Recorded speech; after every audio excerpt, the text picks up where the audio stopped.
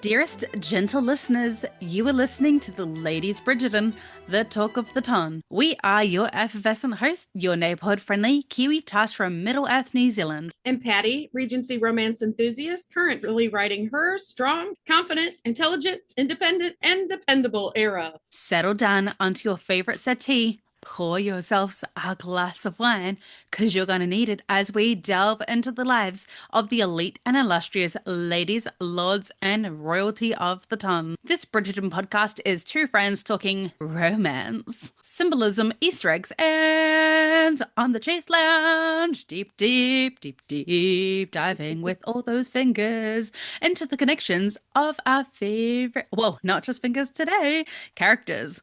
We cover both book, TV series, and notable social media, and therefore will contain spoilers. Today, eager listeners, ye must get thy minds out of the gutter, because Tosh has found yet another scheme to procrastinate, keeping the mirror scene sacred for another week. Today, we pay homage to Julia Quinn's version of events and analyze the differences from book to series, laced with our praise and our judgment. Lady Tosh the Kiwi will insert timestamps, but this one is very much a love letter for book fans. It is time for...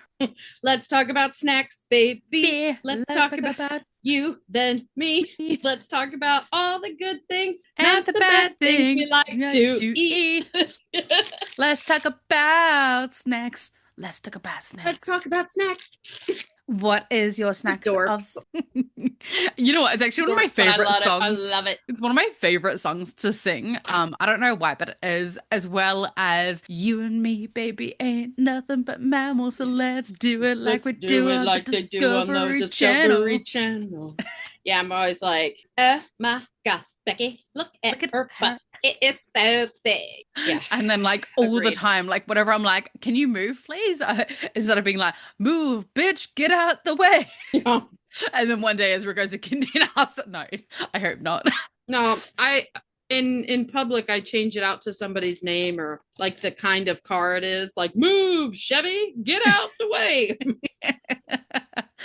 What is your pod snack of the day? Well, I'm going to say that Anne is the sponsor of this pod snacks because on our recent trip that I just got back from of seeing Luke Newton in NYC, she treated me to a high tea. Her and Kay went halvesies on this experience. And she also got us some bagels from her bagel shop in her town that I was going to eat, but it turned out I was out of cream cheese at home. And I'm a little allergy ridden and under the weather from the trip. So I ordered Chinese so I could have wonton soup. You have wine, I have wonton soup. I don't actually have wine yet. I thought I'd save it because if I start wine now and then wine for our second episode, if we do two today, I don't think I'll be able to pick up my son. I don't drink and drive at all. So even one, I'm like, if I'm gonna save it for one or the other, I'm gonna save it for the second one. Don't use wine for the fantasy of a mirror. Save it for the real thing. Yeah. I have coffee because that's apparently a snack. But at some point, I may go get myself a snack-a-lack. Mm-hmm. My son decided to eat the last of my Asian grocery store snacks at midnight last night when he decided it was time to be awake for 3.5 hours. Yep, he's still a little off kilter. Yeah, he's been not quite used to the new place. 3 nights in a row now. He's been up in the middle of the night. So fun. Yeah, he did the same thing when he started kindy. So yeah, he'll get it. He goes through stretches where it just goes a little bit wibbly wobbly, and then we've just got to like find out how to get the train back on the track. Choo choo. Yep. Would you like to jump into our news of the week?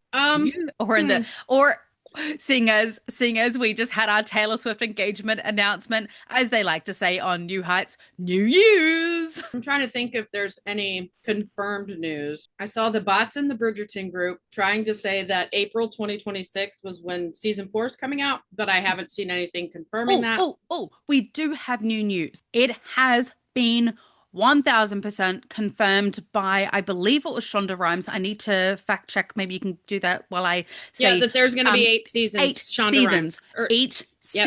Each sibling is going to get their own season. That has been confirmed now. So that is confirmed, yes. Although we don't have Netflix confirming 8 seasons, I think what Shonda is saying is no matter who picks it up, I mean, Netflix would be stupid not to, but I think she's saying no matter who picks it up, we are making 8 seasons. Making and 8. Someone will pick it up. Mm-hmm. And we also have the news that there's plenty of content in the and Bridgerverse. Spin-offs. Potential side spin-offs. stories and spin-offs, which I absolutely love the Rokesby series and the Smythe Smith Quartet. So like I'd be happy for either. If I could choose, it would be the Rokesby series. And also dig further into kind of the underbelly of Bridgerton. Rokesby's would allow us to have Violet and Edmund's origin as well as potentially Portia and Lady Cowper, and I think that would work very well. I actually wonder whether they decided not to go ahead with the Brimsley and Reynolds scenes if they were deciding to do a full queer story that wasn't Francesca and Michaela, if they were going to do a full queer story that looks into the Lord Henry Granvilles, the Reynolds and Brimsleys, the underbelly of how society had to hide that back then. Like it was there, it was prevalent, it just was behind closed doors, or not so closed if you're Lord Henry Granville and just. Anything that I get a new bed this week if that's new news. A super king bed. I'm very excited to still get my same 3 inches of space. Hiccups. I had something that was, I saw a TikTok of, like outside the stage door. Somebody asked Colin. Luke. Somebody asked Luke. It's about Colin, which is why that happened. Somebody asked Luke what Colin's costume is for the masquerade ball. Mm-hmm. And he said he couldn't possibly reveal it. So that is why he was not shown in the teaser, because his costume is under wrap. I really hope it's a pirate to match Penelope. What if he's the leprechaun?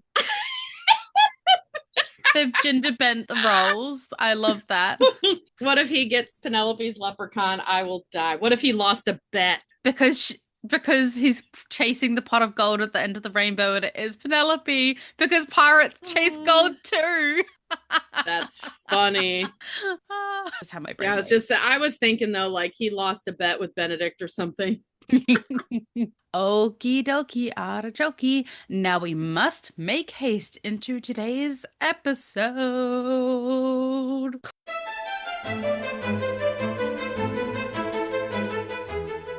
Clutch your pearls, ladies, because it's gonna get deep. Wild. Yep, deep. Okay, so to set the scene, the book plays out entirely differently from the TV series. And I will preface this whole thing with, this is one of the times where I will give Jess Brownell her dues and say that I greatly appreciate how she changed Colin and Penelope's first time from the book to the TV series, because in the book, it was definitely brought about from a place of anger and angst and a lot of not loving feelings. And I didn't love that for Penelope for her first time, to go into it feeling scared. To instead, and to feel relieved that he didn't seem mad anymore. I think in modern patriarchal world, it's almost like, what's the word I'm looking for? Giving in because you want your man to be happy kind of thing. Well, like that bothered me. In the books, Colin's actually quite sadistic. And when I mean sadistic, I mean there are multiple times in this book where he literally gets turned on by her fear or by being controlling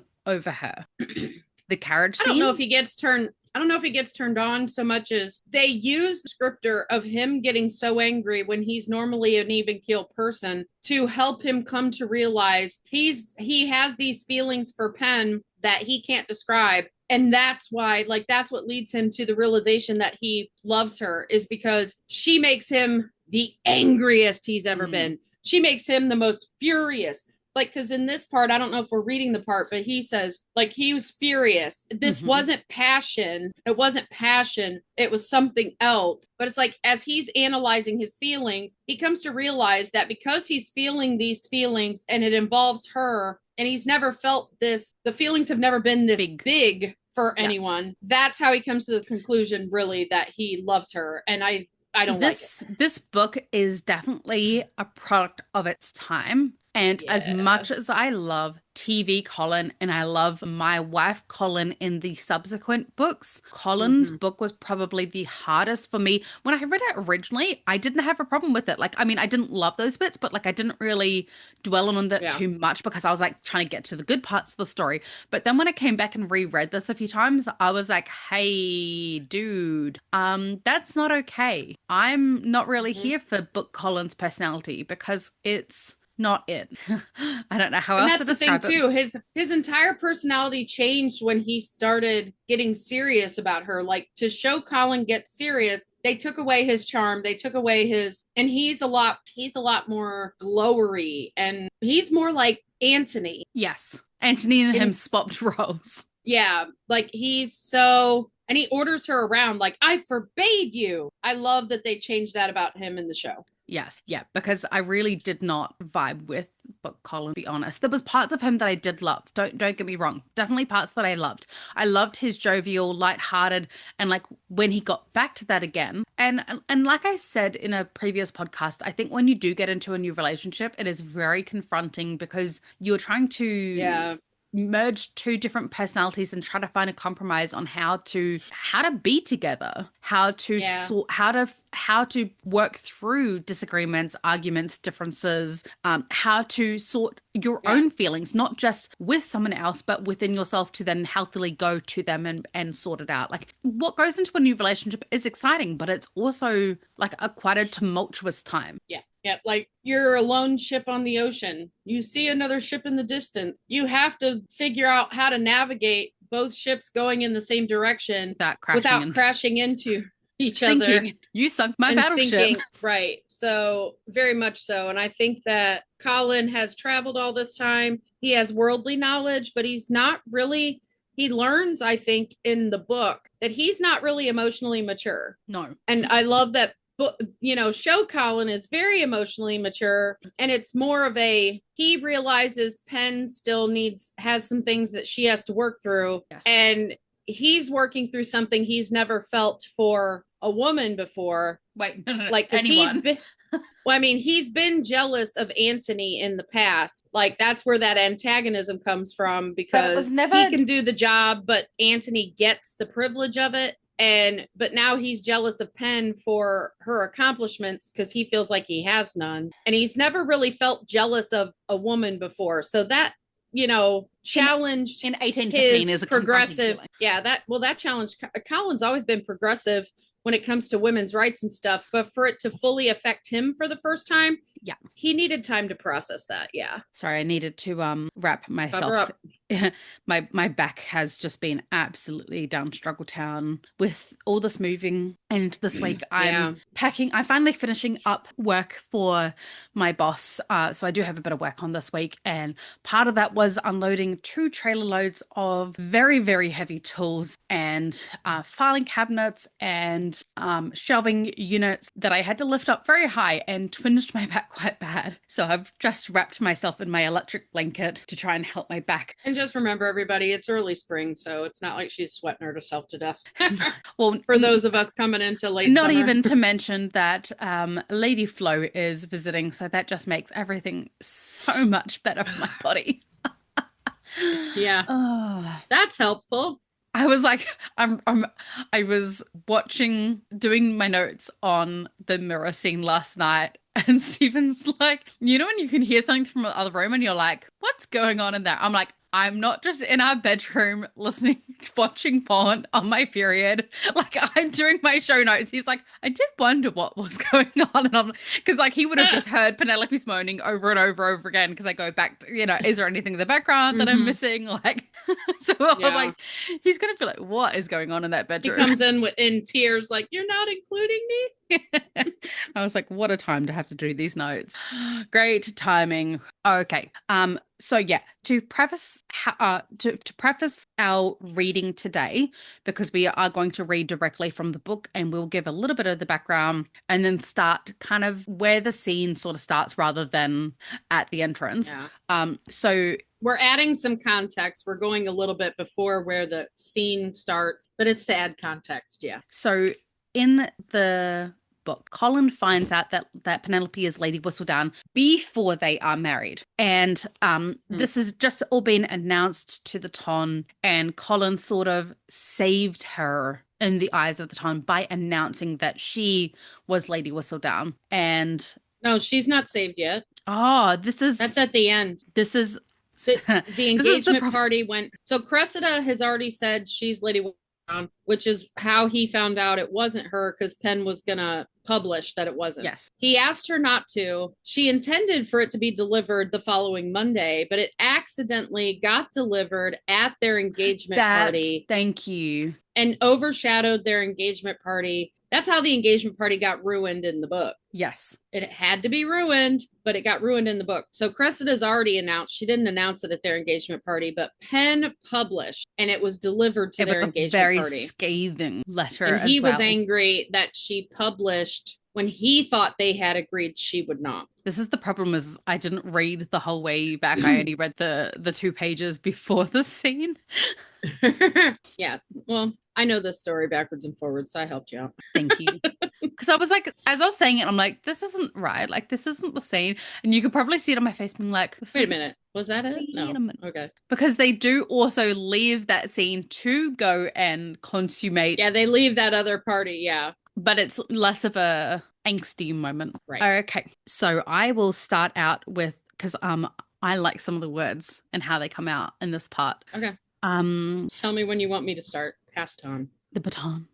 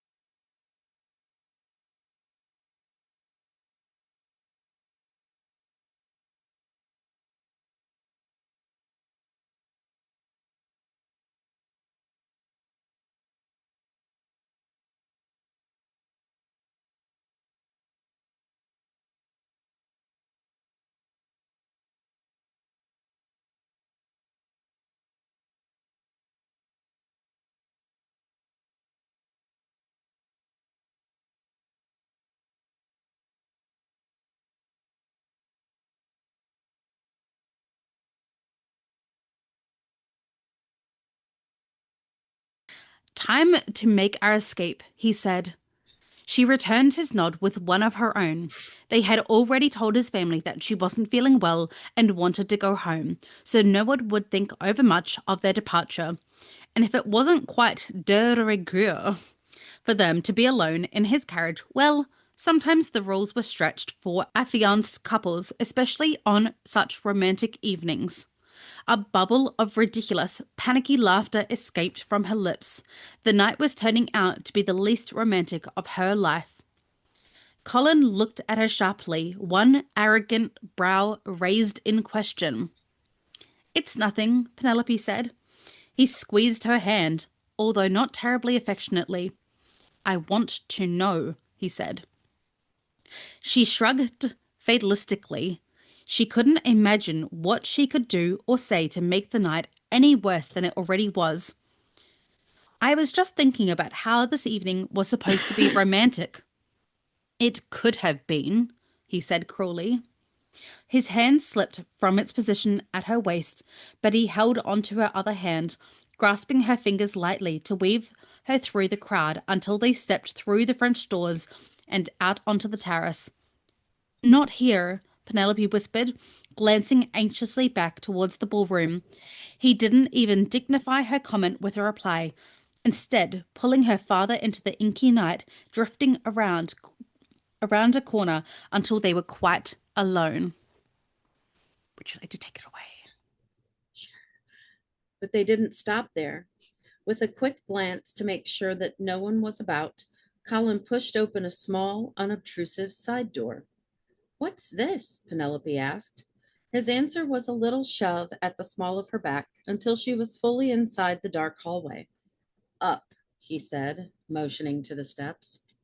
Penelope didn't know whether to be scared or thrilled, but she climbed the stairs anyway, ever aware of Colin's hot presence right at her back.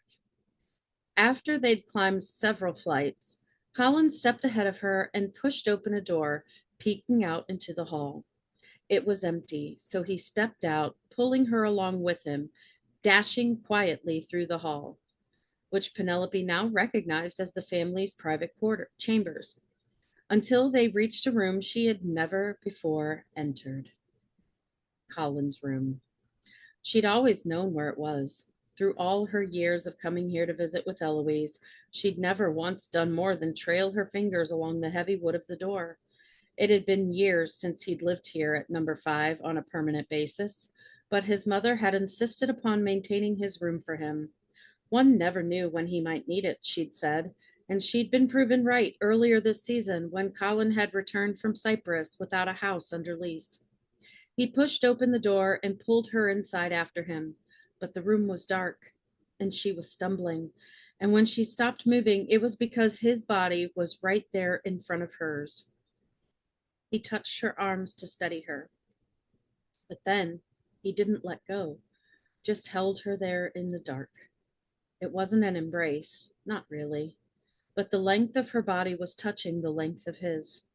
She couldn't see anything, but she could feel him, and she could smell him, and she could hear his breathing swirling through the night air, gently caressing her cheek. It was agony.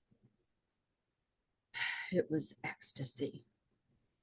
His hands slid slowly down her bare arms, torturing her every nerve, and then, abruptly, he stepped away, followed by silence.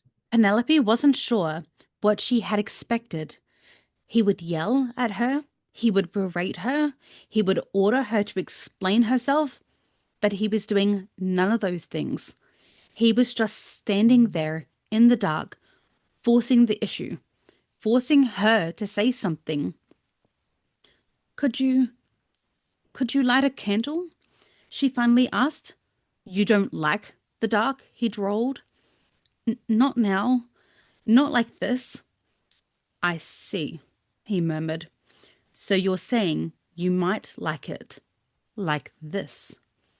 His fingers were suddenly on her skin, trailing along the edge of her bodice, and then they were gone.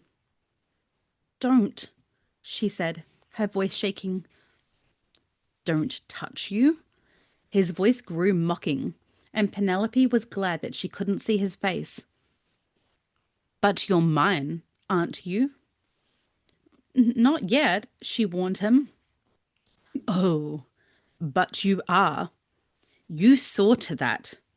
It was rather clever timing, actually, waiting until our engagement ball to make your final announcement. You knew I didn't want you to publish that last column. I forbade it. We agreed. We never agreed. He ignored her outburst. You waited until. We never agreed, Penelope cried again, needing to make it clear that she had not broken her word. Whatever else she had done, she had not lied to him. Well, aside from keeping Whistledown a secret for nearly a dozen years, but he certainly hadn't been alone in that deception. And yes, she admitted, because it didn't seem right to start lying now, and I knew you wouldn't jilt me, but I had hoped. Her voice broke. She wasn't able to finish. You hoped what? Colin asked after an intermittent silence. I hoped that you would forgive me, she whispered. Or at least that you would understand. I always thought you were the sort of man who... The sort of man? He asked, this time after the barest hint of a pause. It's my fault, really, she said, sounding tired and sad. I've put you on a pedestal. You've been so nice all these years. I suppose I thought you were incapable of anything else. What the hell have I done that hasn't been nice? He demanded. I've protected you. I've offered for you. You haven't tried to see this from my point of view, she interrupted. Because you're acting like an idiot, he nearly roared. There was silence after that, the kind of silence that grates at ears and gnaws at souls. I can't imagine what else there is to say, Penelope finally said. Colin looked away.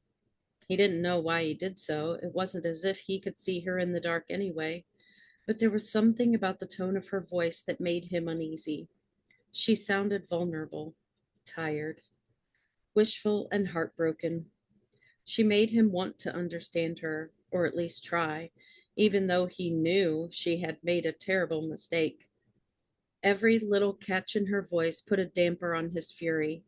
He was still angry, but somehow he'd lost the will to display it. You are going to be found out, you know, he said, his voice low and controlled. You have humiliated Cressida. She will be beyond furious, and she's not going to rest until she unearths the real Lady Whistledown. Penelope moved away. He could hear her skirts rustling. Cressida isn't bright enough to figure me out, and besides, I'm not going to write any more columns, so there will be no opportunity for me to slip up and reveal something. There was a beat of silence, and then she added, You have my promise on that. It's too late, he said. It's not too late, she protested. No one knows. No one knows but you, and you're so ashamed of me, I can't bear it. Oh, for the love of God, Penelope, he snapped. I'm not ashamed of you. Would you please light a candle? She wailed. Colin crossed the room and fumbled in a drawer for a candle and the means with which to light it. I'm not ashamed of you, he reiterated, but I do think you're acting foolishly. You may be correct, she said, but I have to do what I think is right. You're not thinking, he said dismissively, just like a man. Shots fired. And then we had Colin's funeral. She's like, we ride at dawn. We duel at dawn. Where's Anthony? Turning and looking at her face as he sparked a flame. Forget, if you will, although I cannot, what will happen to your reputation if people find out who you really are. Forget that people will cut you, that they will talk about you behind your back. Those people aren't worth worrying about, she said, her back ramrod straight. Perhaps not, he agreed, crossing his arms and staring at her. Hard. But it will hurt. You will not like it, Penelope, and I won't like it. She swallowed convulsively. Good. Maybe he was getting through to her. But forget all of that, he continued. You have spent the last decade insulting people, offending them. I've said lots of very nice things as well, she protested, her dark eyes glistening with unshed tears. Of course you have, but those aren't the people you're going to have to worry about. I'm talking about the angry ones, the insulted ones. He strode forward and grabbed her by her upper arms. Penelope, he said urgently, there will be people who want to hurt you. His words had been meant for her, but they turned around and pierced his own heart. He tried to picture a life without Penelope. It was impossible. Just weeks ago, she'd been... He stopped, thought, what had she been? A friend? An acquaintance? Someone he saw and never really noticed? And and now she was his fiancée, soon to be his bride. And maybe she was something more than that, something deeper, something even more precious. What I want to know, he asked, deliberately forcing the conversation back on topic so his mind wouldn't wander down dangerous roads, is why you're not jumping on the perfect alibi if the point is to remain anonymous. Because remaining anonymous is not the point, she fairly yelled. You want to be found out? He asked, gaping at her in the candlelight. No, of course not, she replied. But this is my work. This is my life's work. This is all I have to show for my life. And if I can't take the credit for it, well, I'll be damned if someone else will. Colin opened his mouth to offer a retort, but to his surprise, he had nothing to say. Life's work. Penelope had a life's work. He did not. She might not be able to put her name on her work, but when she was alone in her room, she could look at her back issues and point to them and say to herself, this is it. This is what my life has been about. Colin? She whispered, clearly startled by his silence. She was amazing. He didn't know how he hadn't realized it before, when he'd already known that she was smart and lovely and witty and resourceful. But all of those adjectives and a whole host more he hadn't yet thought of did not add up to the true measure of her. She was amazing. And he was, dear God above, he was jealous of her. Oh, go, she said softly, turning and walking towards the door. For a moment, he didn't react. His mind was still frozen, reeling with revelations, and when he saw her hand on the doorknob, he knew he could not let her go. Not this night. Not ever. No, he said hoarsely, closing the distance between them in 3 long strides. No, he said again. I want you to stay. She looked up at him, her two pools of confusion. Her eyes too full of confusion. Oh, her eyes. But you said no. You said no, like no. And it sounded like a horse. And the line was, he said hoarsely, and I could not contain R.I.P. myself. Lord Basilio's horse. We know how it died now. She looked up at him, her eyes two pools of confusion. But you said... He cupped her face tenderly with his hand. Forget what I said. And that was when he realized that Daphne had been right. His love hadn't been a thunderbolt from the sky. It had started with a smile, a word, a teasing glance. Every second he had spent in her presence, it had grown until he'd reached this moment, and he suddenly knew he loved her. He was still furious with her for publishing that last column, and he was bloody ashamed of himself that he was actually jealous of her for having found a life's work and purpose. But even with all that, he loved her. And if he let her walk out of that door right now, he would never forgive himself. Maybe this, then, was the definition of love. When you wanted someone, needed her, adored her still, even when you were utterly furious and quite ready to tie her to the bed, just to keep her from going out and making more trouble. This was the night. This was the moment. He was brimming with emotion. He had to tell her. He had to show her. Stay, he whispered, and he pulled her to him, roughly, hungrily, without apology or explanation. Stay, he said again, leading her to his bed, and when she didn't say anything, he said it for a third time. Stay. She nodded. He took her into his arms. This was Penelope, and this was love. The moment Penelope nodded, the moment before she nodded, really, she knew that she had agreed to more than a kiss. She wasn't sure what had made Colin change his mind, why he had been so angry one minute and then so loving and tender the next. Red flag. She wasn't sure, but the truth was, she didn't care. Typical.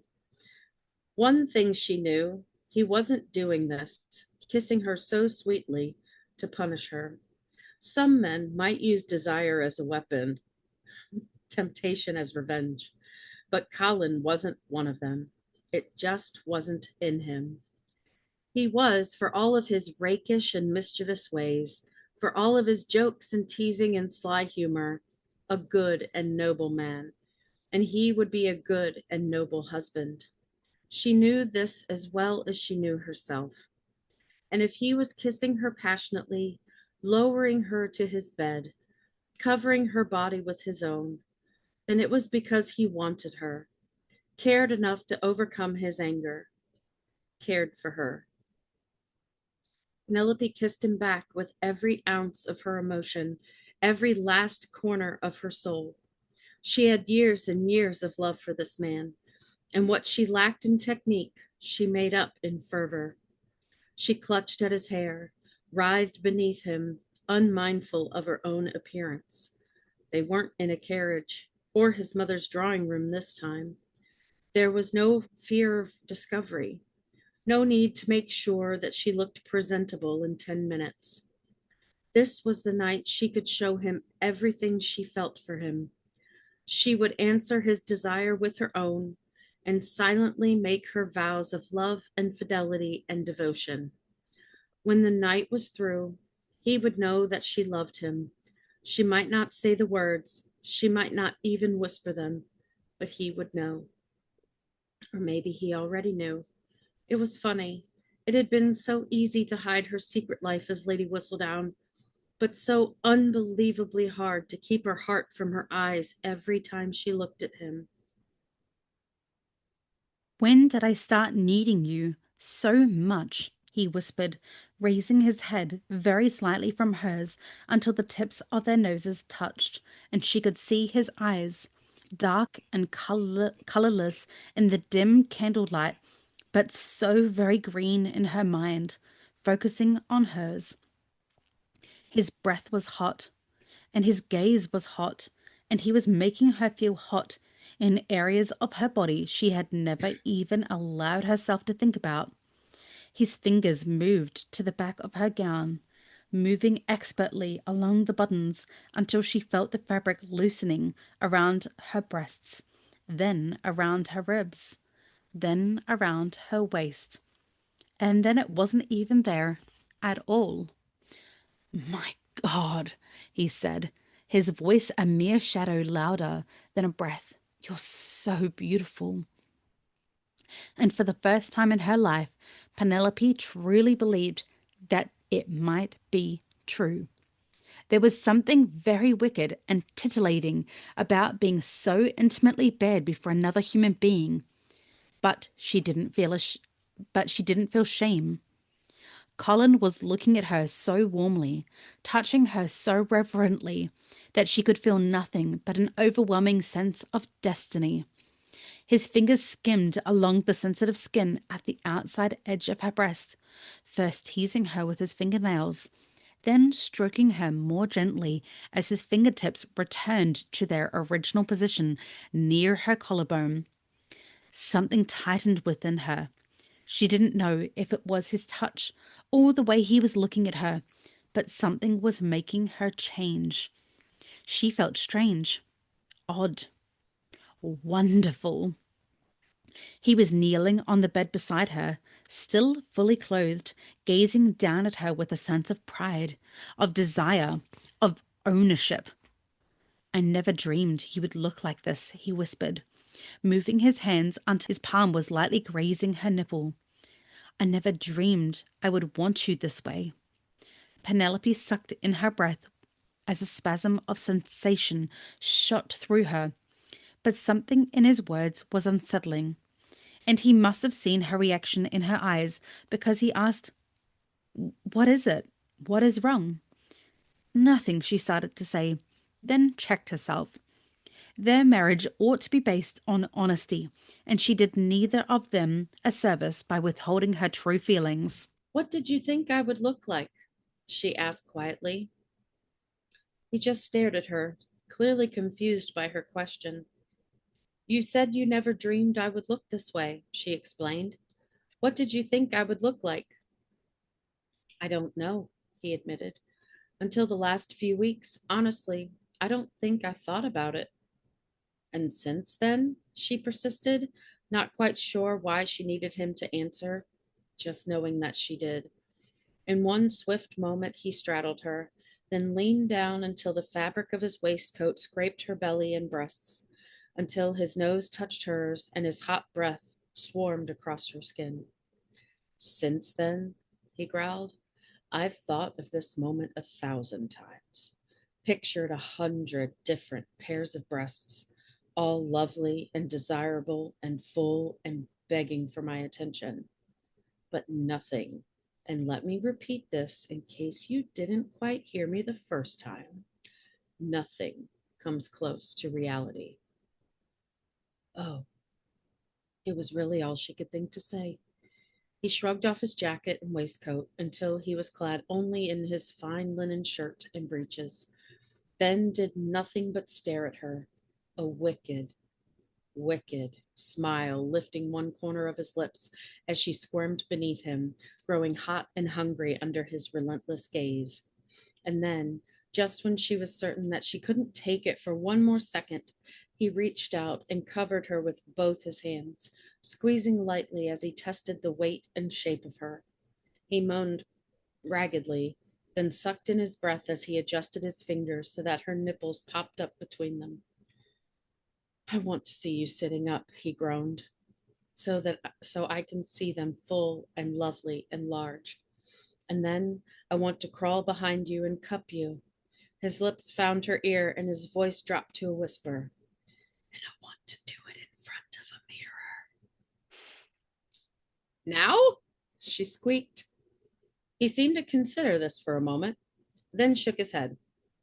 "Later," he said, and then repeated it in a rather resolute tone. "Later."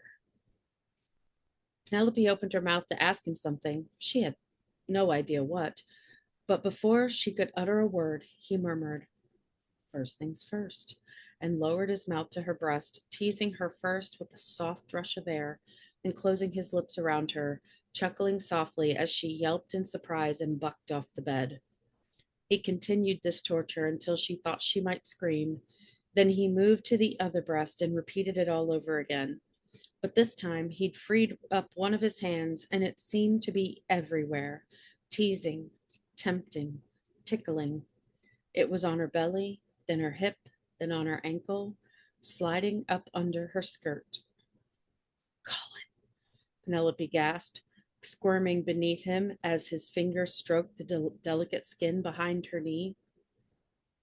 "Are you trying to get away or come closer?" he murmured, his lips never once leaving her breast.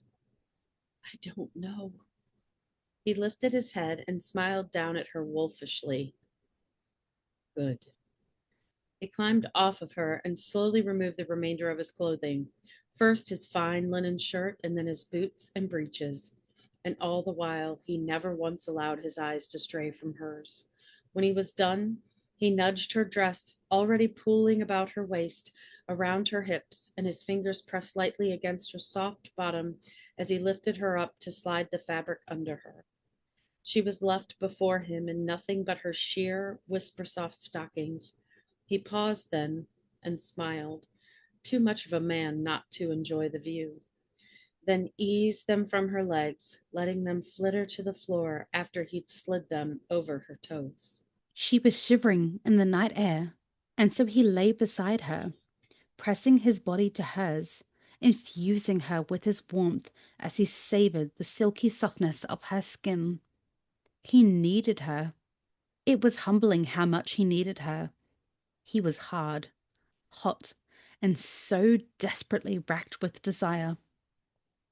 It was a wonder he could see straight, and yet, even as his body screamed for release, he was possessed by a strange calm and unexpected sense of control. Somewhere along the way, this had ceased to be about him. It was about her. No, it was about them. About this wondrous joining and miraculous love that he was only now beginning to appreciate. He wanted her. God above, he wanted her. But he wanted her to tremble beneath him, to scream with desire, to thrash her head from side to side as he teased her toward completion. He wanted her to love this, to love him, and to know, when they were lying in each other's arms, sweaty and spent, that she belonged to him. Because he already knew that he belonged to her. "Tell me if I do anything you don't like," he said, surprised by the way his voice was shaking over his words.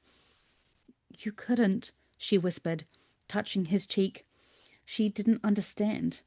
It almost made him smile, probably would have made him smile if he weren't so concerned with making this, her first experience, a good one. But her whispered words, "you couldn't," could mean only one thing. She had no idea what it meant to make love with a man. "Penelope," he said softly, covering her hand with his own. "I need to explain something to you. I could hurt you. I would never mean to, but I could, and—" She shook her head. "You couldn't," she said again. "I know you. Sometimes I think I know you better than I know myself, and you would never do anything that would hurt me." He gritted his teeth and tried not to groan. "Not on purpose," he said, the barest hint of exasperation tinging his voice. "But I could, and—" "Let me be the judge," she said, taking his hand and bringing it to her mouth for a single, heartfelt kiss. "And as for the other—" "What other?"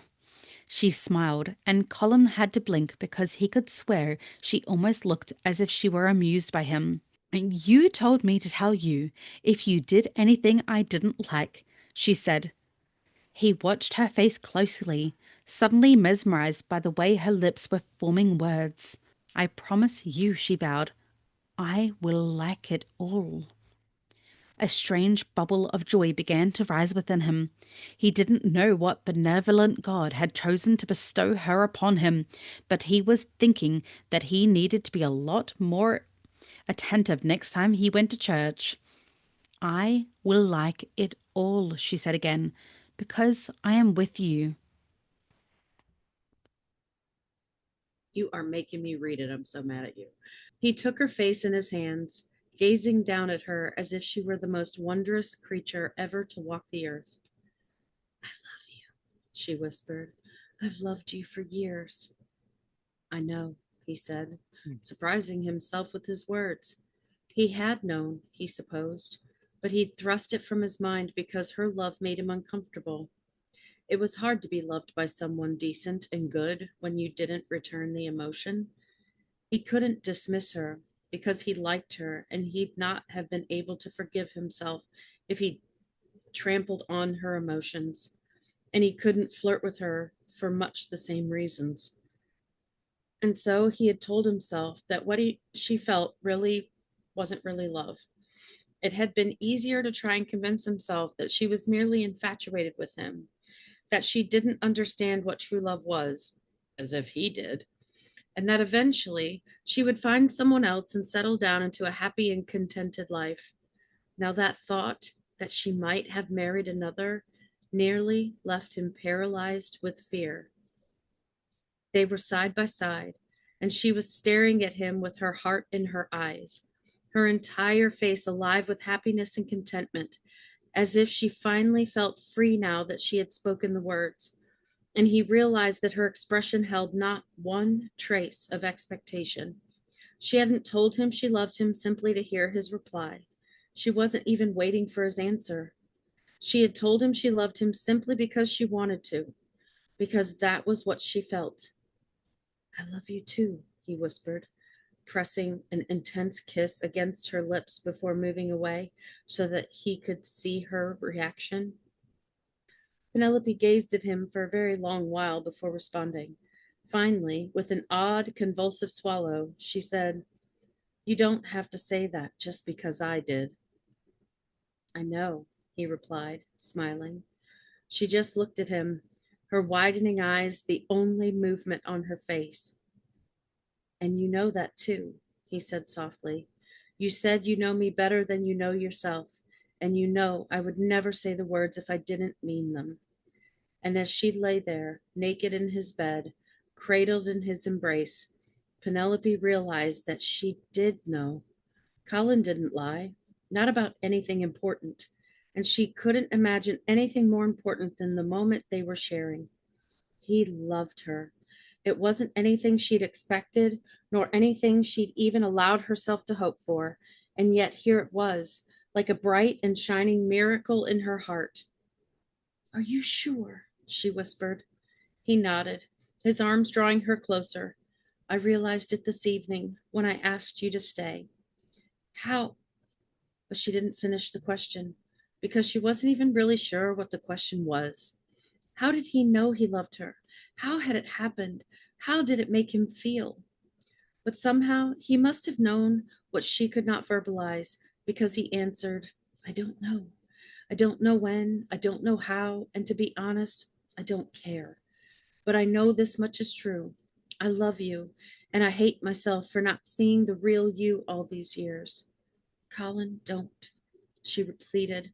"No recriminations, no regrets. Not tonight." But he just smiled, placing a single finger on her lips to silence her plea. "I don't think you changed," he said. "At least not very much. But then one day I realized I was seeing something different when I looked at you." He shrugged. "Maybe I changed. Maybe I grew up." She placed her finger on his lips, quieting him in the same manner he'd done with her. "Maybe I grew up too." "I love you," he said, leaning forward to kiss her. And this time she couldn't reply because his mouth remained on hers, hungry, demanding, and very, very seductive. He seemed to know exactly what to do. Each flick of his tongue, each nibble of his teeth sent shivers to the very core of her being, and she gave herself over to the pure joy of the moment, to the white hot flame of desire. His hands were everywhere, and she felt him everywhere, his fingers on her skin, his leg nudging its way between hers. He was pulling her closer, rolling her on top of him as he slid onto his back.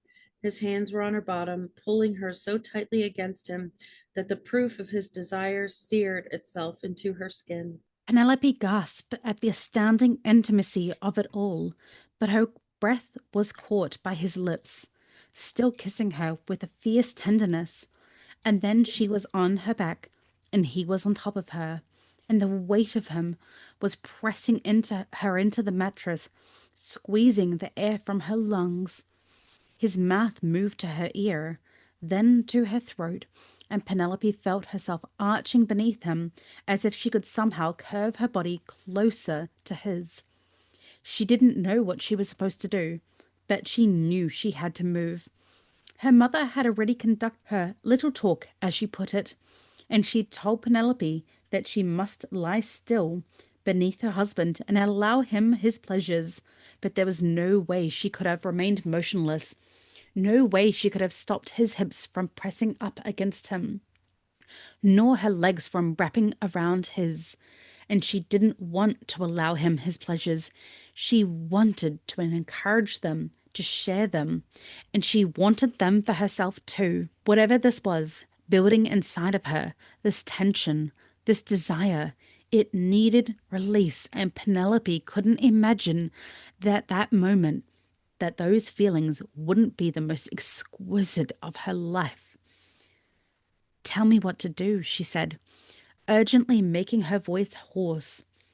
Colin spread her legs wide, running his hands along her sides until they reached her thighs and squeezed.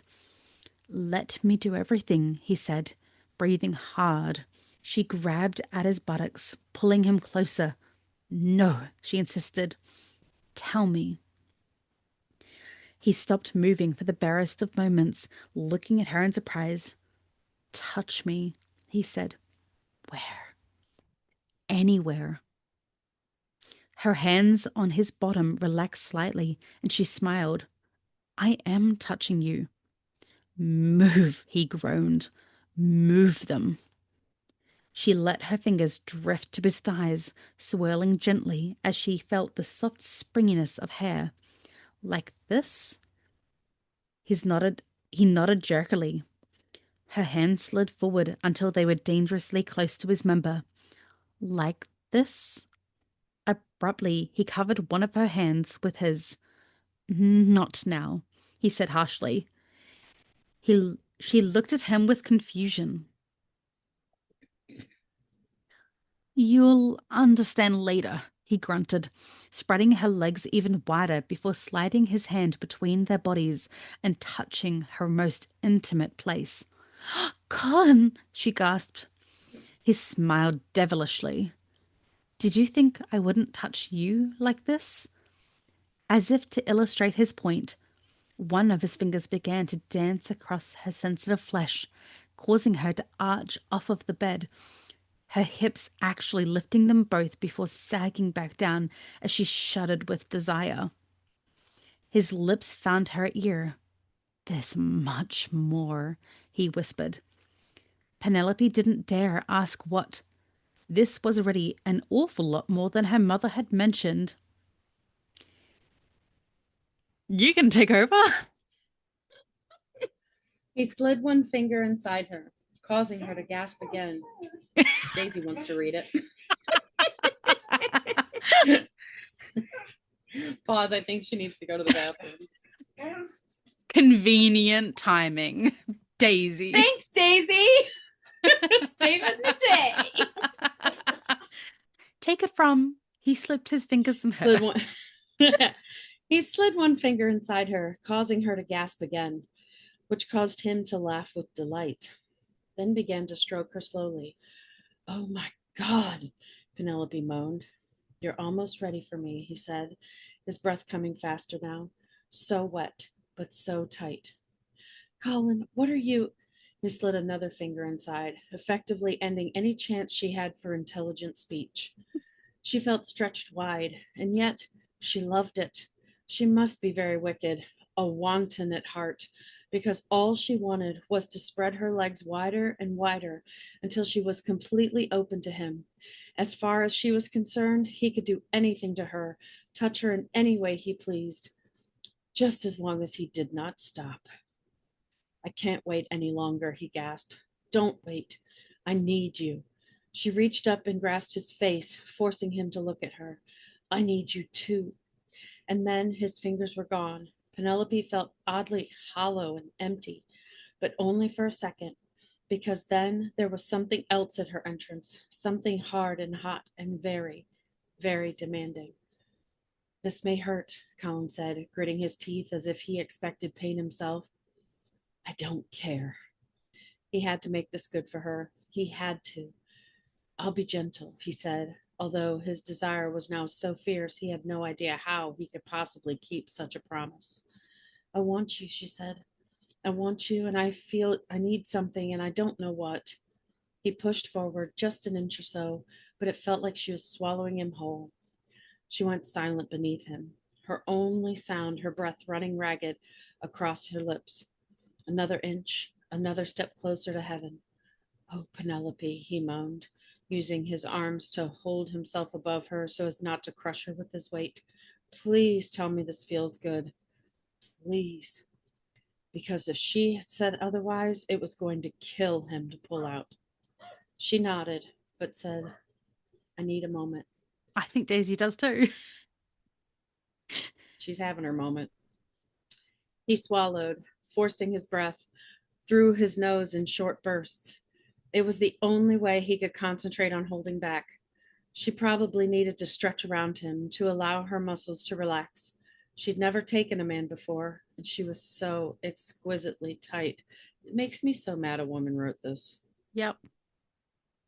All the same, he couldn't wait until they'd had a chance to do this enough so he didn't have to hold back.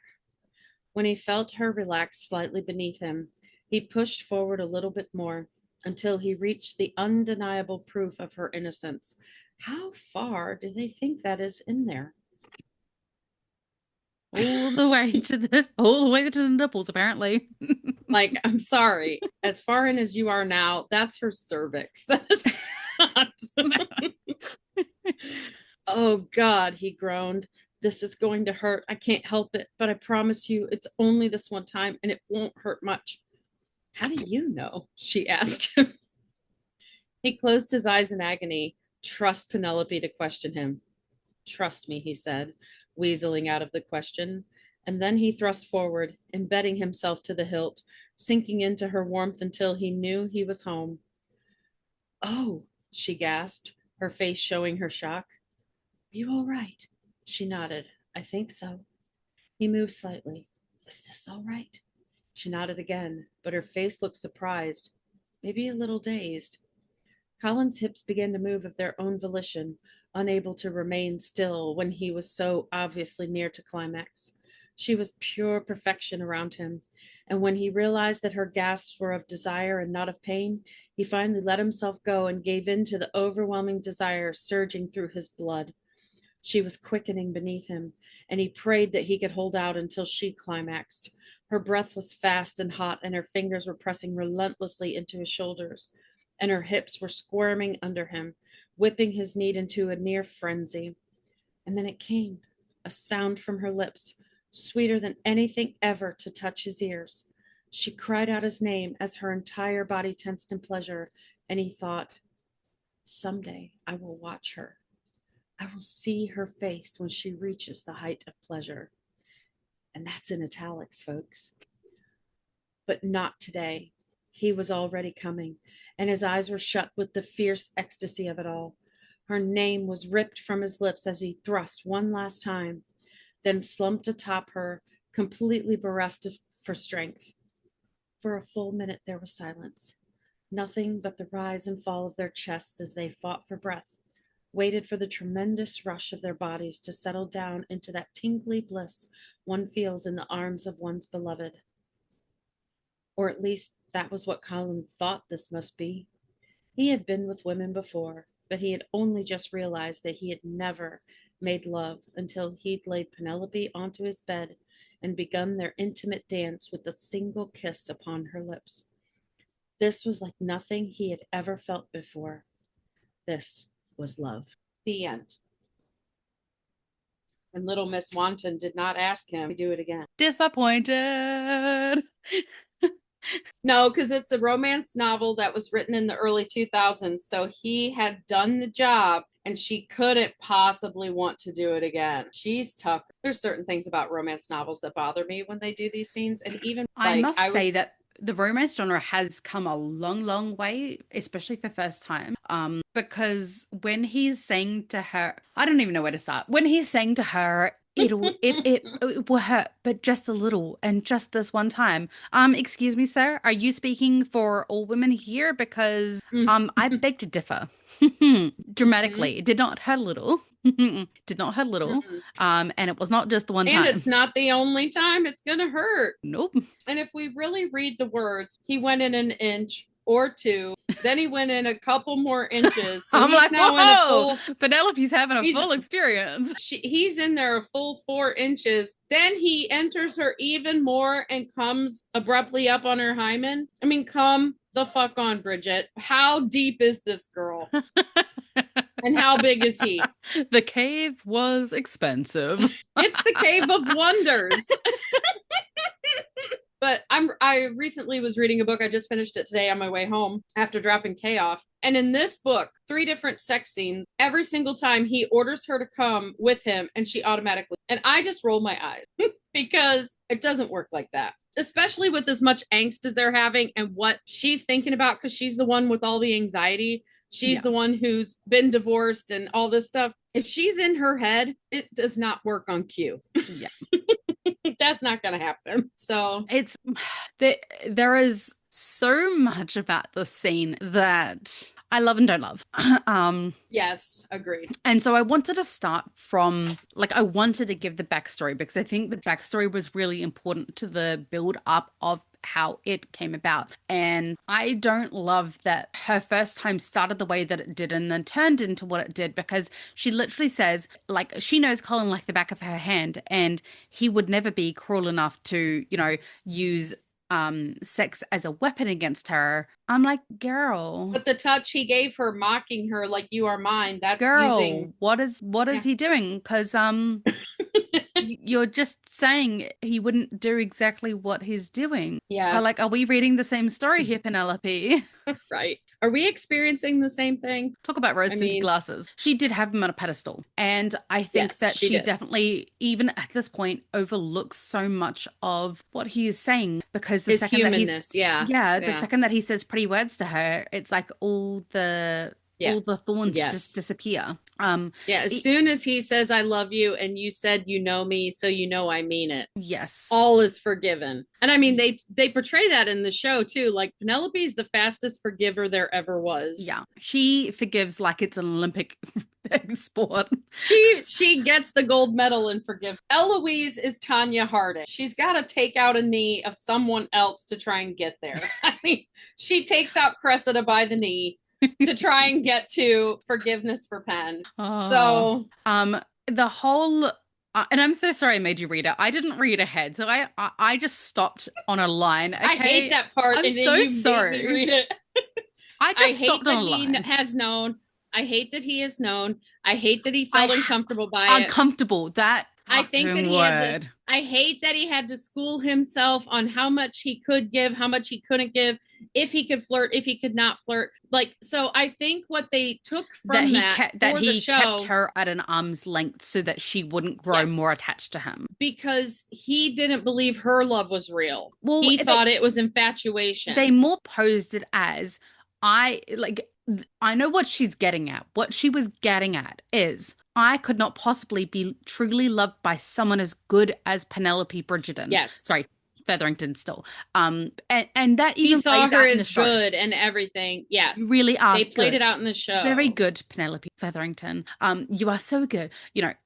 Because he said he doesn't believe that someone as good and kind as her could love him, so he chalked it up to being infatuation. Yes, but the way that it is written, and I know what she intends, but the way that it is written and comes across is condescending of, oh, well, she's just my little sister's annoying friend and she's got a little schoolgirl crush, so I must keep her at arm's length because I don't want to deal with that. I don't want to give her mixed signals. I don't want to make it worse than it is. Oh, he didn't give mixed signals. He told her he would never marry, well, he told his brothers, I would never marry Penelope Featherington. Right. But I think that that whole statement, again, much like when Penelope in the show says it was a mere infatuation, that turned into more over time, but it was similar to that. Like, even this growing feeling for her in the course of this book, even though he didn't know he loved her the whole time, to find out he did know she loved him, and he had to do this dance around her and mask his indifference in a way and be polite, is just gross to me. Like, if he knew she had feelings and he didn't, there needed to be a conversation. There needed to be a gentle letdown, because this girl pined for 12 years, was never going to marry anyone because she was not going to love them in the way they needed. She had sacrificed her life to spinsterhood because he never had the balls to turn her down. And that's how I feel about book Colin. And I do understand that back then they didn't have those conversations.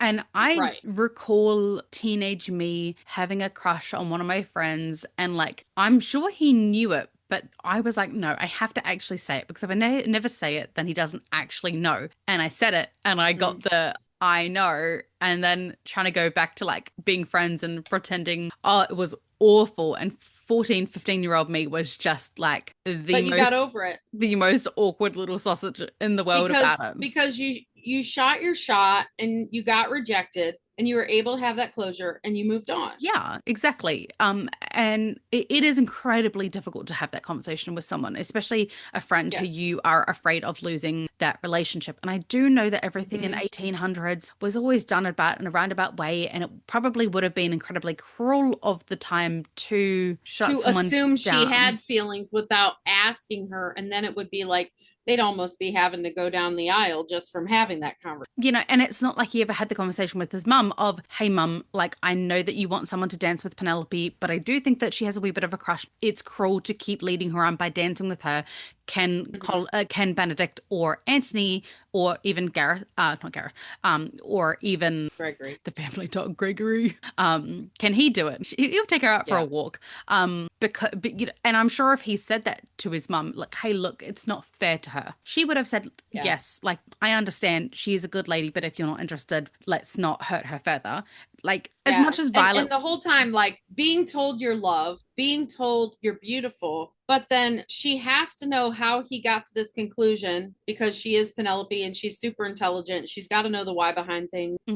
For him to say, I don't know. I don't know how. I don't know when. And I don't care. Sounds like at the time, whatever Julia Quinn was going through while she was writing this book, sounds like it would have been romantic at the time, but it doesn't work well. It is condescending to Penelope. Yeah. It is like, not only was he a pity dance, he had to dance with her out of pity of her mother, but this is like pity proposal, pity, you know, pity love. I fell in love with you. It's still like it makes her the victim. It makes her it does the weak one. They're not on an even level. Like, it still feels like an unrequited love where he's like, oh yeah, you'll do. Well, since I'm already betrothed to you, and I have this fondness for you, we can just call it love.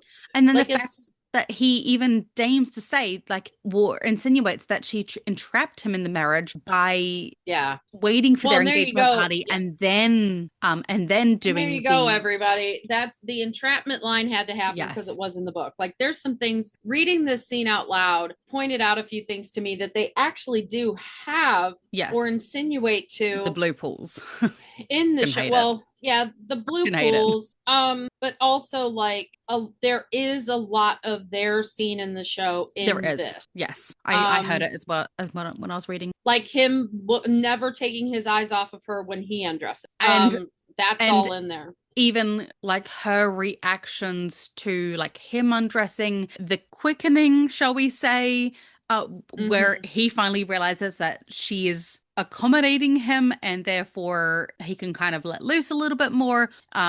He hears like the change in her breath is no longer pain, it's now enjoyment. Like that scene, Nicola did perfectly, because that was straight read from the book put into the show, like the way that she acted that out. Now I know they did a lot of gender swapping of their lines from the book to the show, like having him say, couldn't the driver have kept on driving, which I think was perfection. That was a great swap. But they had her say, is there more? And he just nods. I still would have loved him to be doing the carriage portion, being in her undercarriage, shall we say, and then just looking at her, or like when he pulls out and she says, why did you stop? And he's like, oh, there's so much. That would have been such a great line. Like there's a way to say it where it's not lascivious. Yes. I don't know why, but when romance authors write, like he gives a devilish look, I'm like, yes, I love that line. If used in the right context. When he gives a wicked, wicked smile, like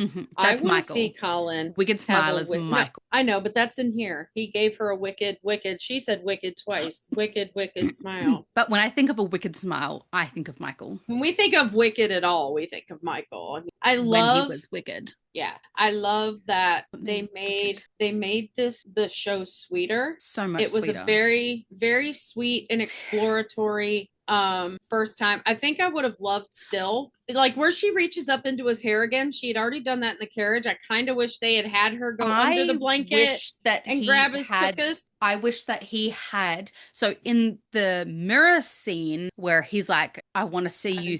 I want to. No. But in the book, he says, I want to see you sit up. I want to see them heavy and full. And like he cups his hand under them. Like I wish we had gotten him behind her, cupping them in the mirror instead of her, because she covers her them up. I wish it, instead of her doing that, I wish it was him like coming behind and grabbing and like lifting enjoyably to feel the heaviness of her breasticles. Mm-hmm. Or if she'd have covered herself up and he would have reached around and covered her hands with his and been like, because I think they didn't do uncover the them naked and was like, touch. don't cover them. Like, yeah, like let don't them cover puppies them. be I free. want to see them. I think that would have been great. No. Yes, I want to don't see cover them. everything. I want to see them. I want to see them because large and lovely and full. Because that is one of the things that I did actually forget and really appreciate from this scene in the book, was that although it started with nefarious kind of really heavy emotional damage, that it did turn into him realizing that she needed to feel beautiful. She needed him to explain, because that part where she's like, what do you mean you had never thought of it? And then he's like, and I was like, oh, like that was dismissive of him. And then he goes on to say, because no matter how many times I could have dreamed this, I could have never imagined the perfection of actually seeing your body. I love that that's where they went with that, because like when he first was like, I could never, like I hadn't even thought of this or whatever, I was like, oh.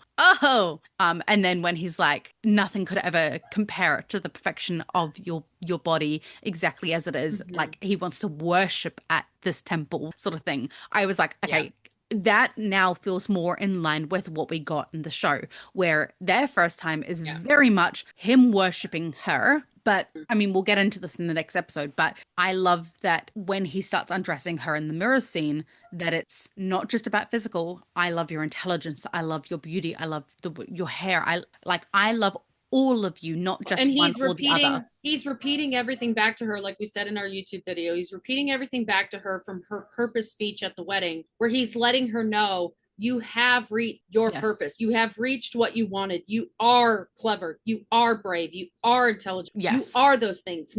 You don't have to want them. You are them. Yes. So like very much the mirror scene is more Colin worshipping at the temple, whereas I think the book scene is more him realizing her insecurities. Her worshipping him. Yes.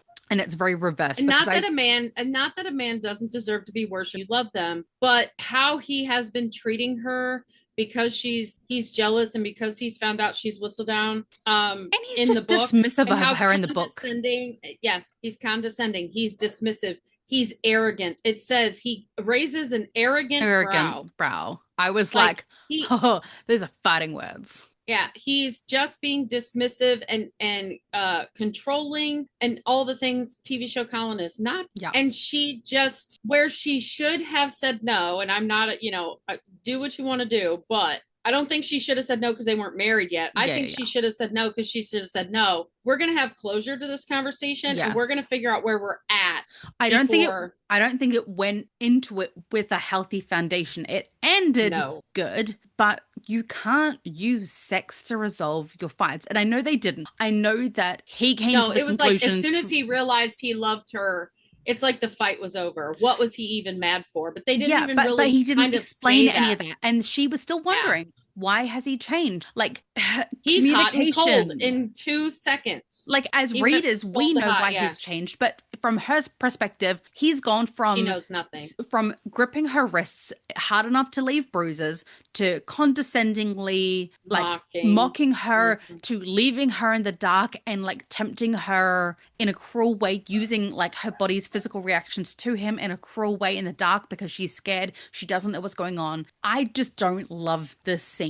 I love their relationship once they're married. And the Colin in this scene is not the Colin that any other part of the book. No. It's like when you read this book, from the moment the Whistledown spreads around, he's not even like this when he finds her at the church. He's kind of playing with her. He is very upset that she could be hurt and stuff like that. But he's borderline cruel. Yes. In this scene. And then he uses sex as a way to co-regulate his feelings because he's realized he loves her. And he wants to show her he loves her. But the best way he could have shown her he loved her in that moment was forgiveness and closure of an unresolved conflict. and then moved into the first time, they could have still stayed together and spent the night. Nobody was coming to look for them. Penelope made that very clear. She did not have to worry about being ready in 10 minutes. Nobody knew where they were. Can we pause, Ken? Yeah. We took a brief intermittence, but we are back again. Very descriptive for the time, because all the young adult books that I had read, because you know how like there's those memes on, well, not memes, but like those videos online that are like young adult. No. There's a bunch of videos online that was like, if you started out with Harry Potter and then went to Twilight and then went to Vampire Academy, how's your Shadow Daddies and like dark romance going now? And it's like talking about kind of the progression of female book readers, how we, started out young as Harry Potter, which was just complete innocence.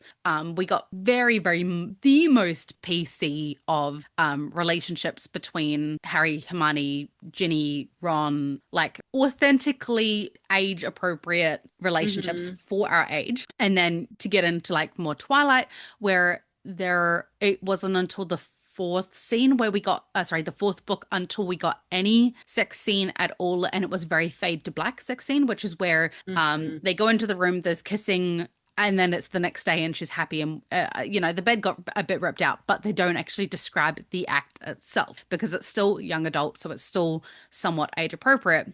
And then you get into Vampire Academy, which went into further detail but not, again, the description of the act itself. Right. And then you go into the Julia Quinns, and then it progresses into the Fourth Wing series and the ACOTAR series, where it's just Julia Quinn. It was my first full smut that I had read. Not smut, it's not really smutty, but like first one that I'd read since I was a teenager. Late teens, shall I say, not early teens, late teens. And I was like, oh, okay, this is descriptive, because I'd only ever read young adult. It was very, very fade black all the time. And I was like, oh, this describes a lot. So when it's like I remember like the first time reading slipped the second finger in, and like it felt like she was being stretched and fulfilled, and I'm like, oh, this is like descriptive. and Julia Quinn definitely has a bit of a nipple fetish, because she very, very thoroughly describes nipple play in every single one of her books. Yes. Not nipple fetish, like yes, it's normal. It's not a fetish. It's just a standard thing. But no, but she, instead of just saying he cupped her breast and blah blah blah, like she describes like how he put his fingers, yes, like and Spock, yes, like live long and prosper, nip nip, nip nip nip. Stop it. Like he's hedge clippers, nip nip nip. I don't even have anything that I can. All I have. That's a big nip. That's a big, for those who can't see, I've got a fighter, a TIE fighter, isn't it? A TIE fighter from Star Wars, as my reference my point. nipple reference of the live long and prosper. We're mixing Star Trek and Star Wars references right now. I'm sorry, I don't have any Star Trek in here at this moment. It's still packed away. I only have Star Wars available for nipple references. Yeah. I saw a funny TikTok where she said the only difference between Star Wars and Star Trek is in Star Wars, there is absolutely no horniness except for Jabba the Hutt. No horniness whatsoever. In Star Trek, unless your siblings. They weren't horny. They just kissed. They didn't know who they were. At least they kept it relatively chaste, considering. I'm literally looking at my George R.R. Martin. Very much chaste. I mean, one of the first books I picked up that depicted sexual stuff, as is most Gen X, was Flowers in the Attic. I've never heard of that one. Yeah, so I'm quite excited to get to the mirror scene when we do film it, because it comes from such a place of, instead of it being from anger, it is not turned on from Colin defending her, but that feeling of being so incredibly loved. He's still angry. Like, he still is angry, and then it moves into passion, but his anger is directed at Portia, so it comes off more as a protective anger, yes, than an anger at her. Yes. Yeah. it was very much like the mirror scene's very much like, and now I know what you've been dealing with your whole life and why you have the insecurities that you have. And I'm going to spend this moment and every moment after this moment making sure you know that I worship the ground that you walk on, the mirrors that you reflect.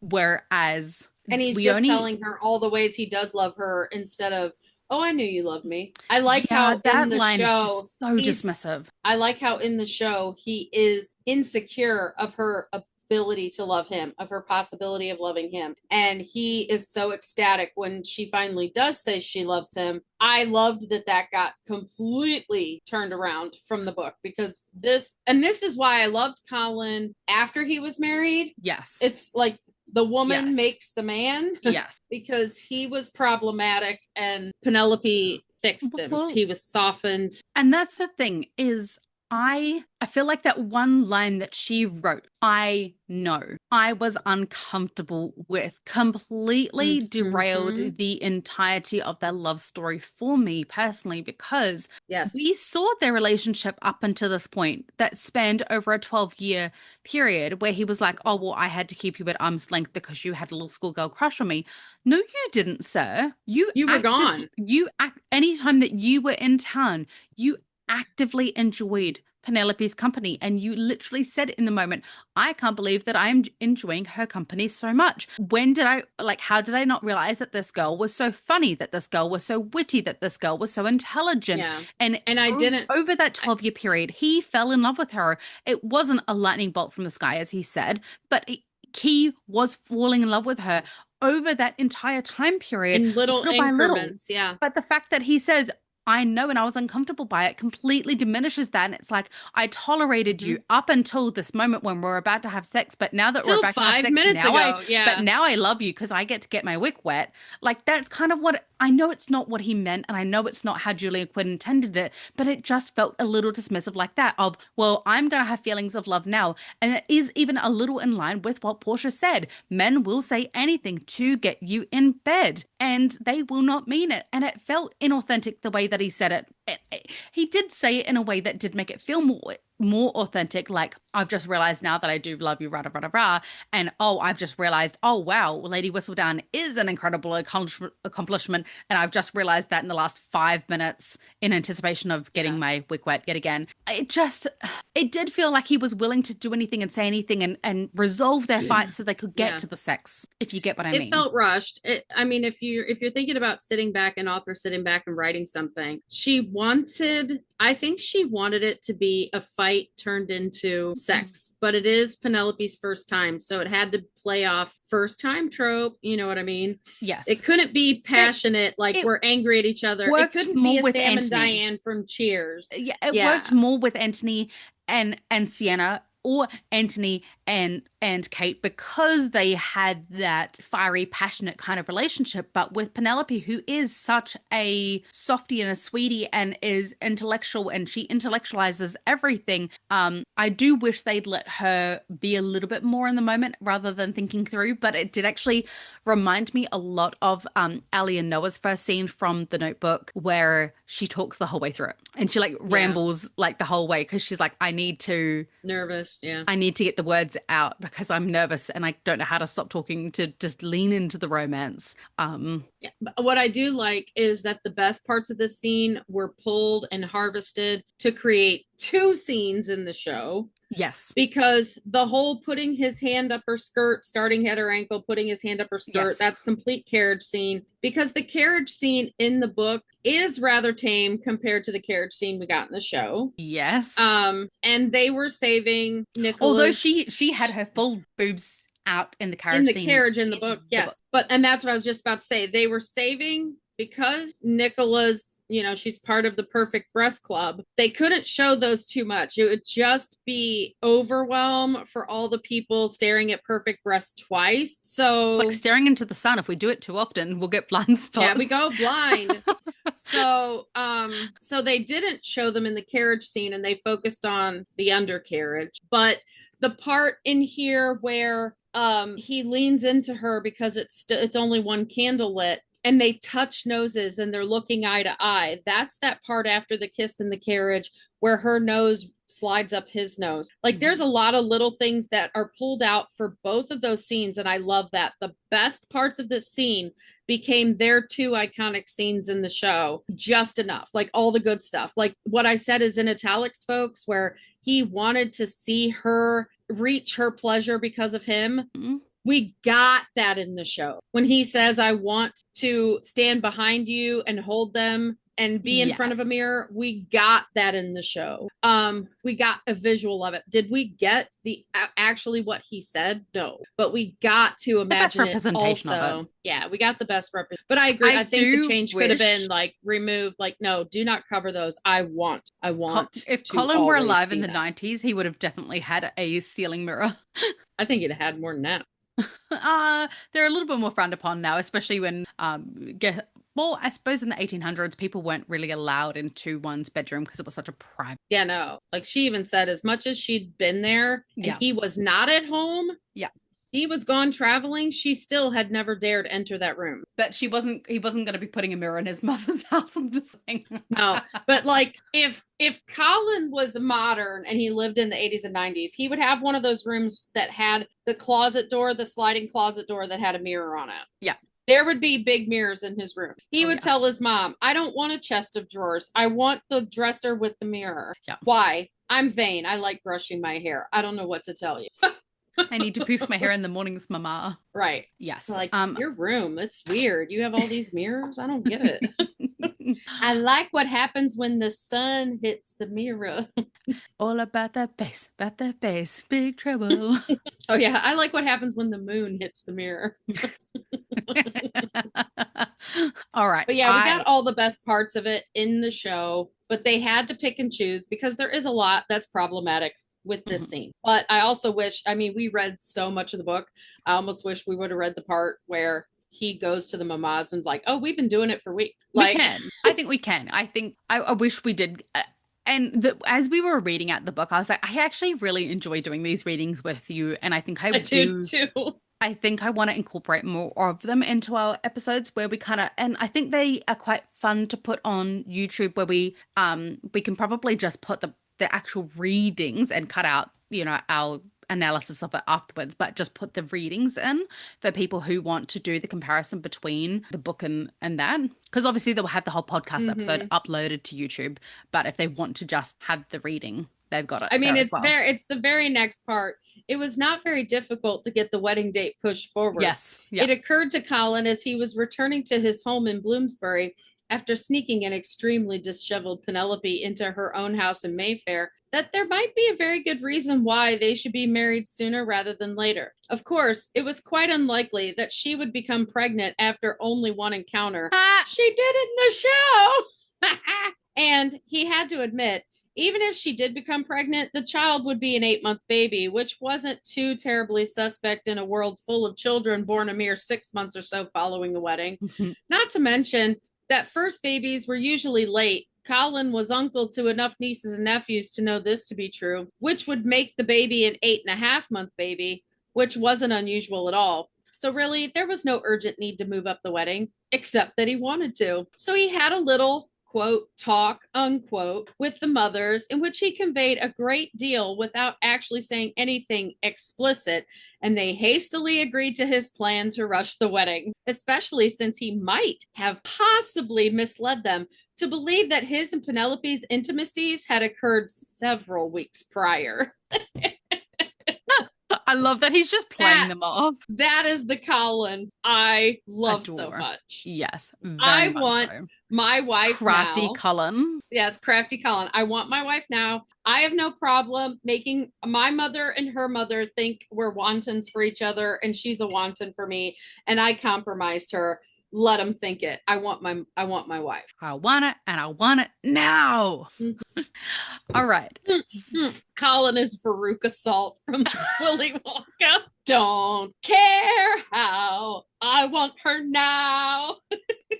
And on that lovely note, for today, gentle listeners, we will leave it there and continue on next week's episode where we talk mirror, mirror on the wall, who's got the heaviest breasts of them all. Trust. Perfect breast club. I know how heavy those are. If you have anything in particular you would like us to cover or any Bridgerton knowledge you would like to share, please head to our Facebook page, The Ladies Bridgerton.